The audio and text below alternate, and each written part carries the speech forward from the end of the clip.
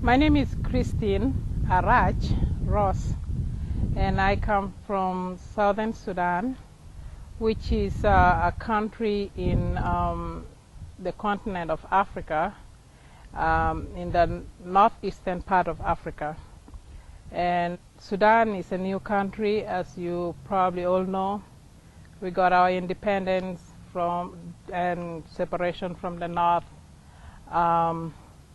in July 2011. It's a baby country, and we're happy about that.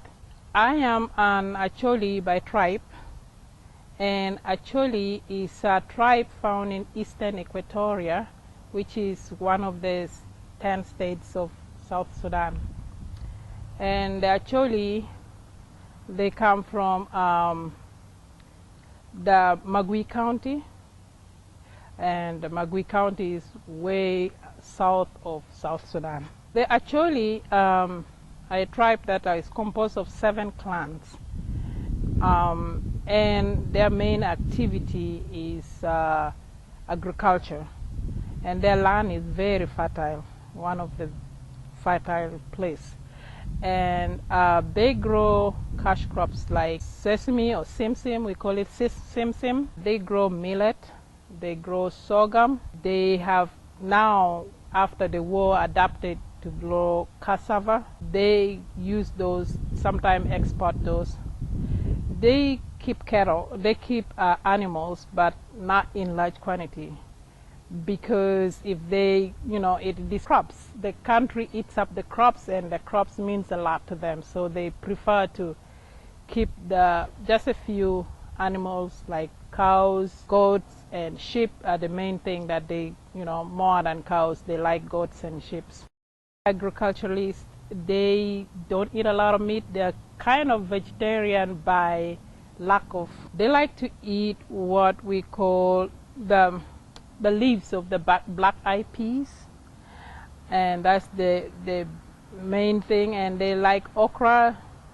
They eat what another vegetable is specific. It is in other places, but it's very important to the Acholi. It's called malakwang. It's sour by taste, but they really like it. It's and then they also grow beans, but it's not that strong. They're mainly, it's not that strong cash crops or agricultural crop.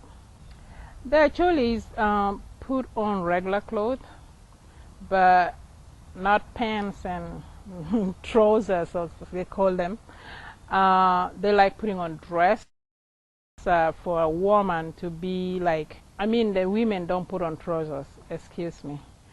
But they put on long dress. The dress should pass your knee. That's the appropriate dress for the Acholi. It doesn't matter how it is or where it comes from, but it should pass your knee.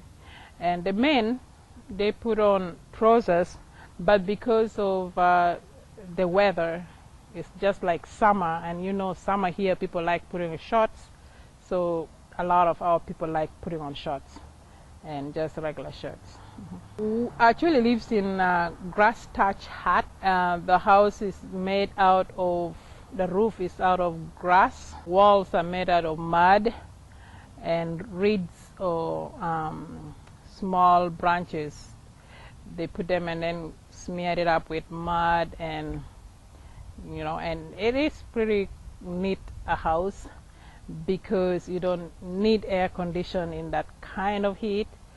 That the mud and the grass keep the house pretty cool.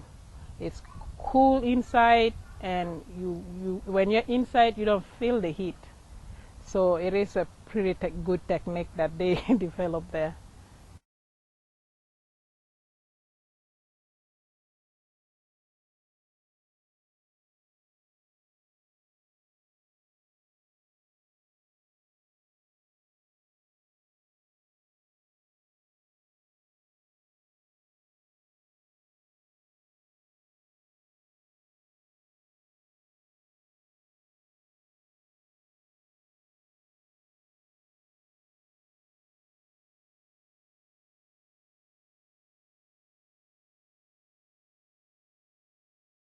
Google, look up what can I do. So I found that I could work as a public health personnel. And then I decided where can I go, which school would offer school.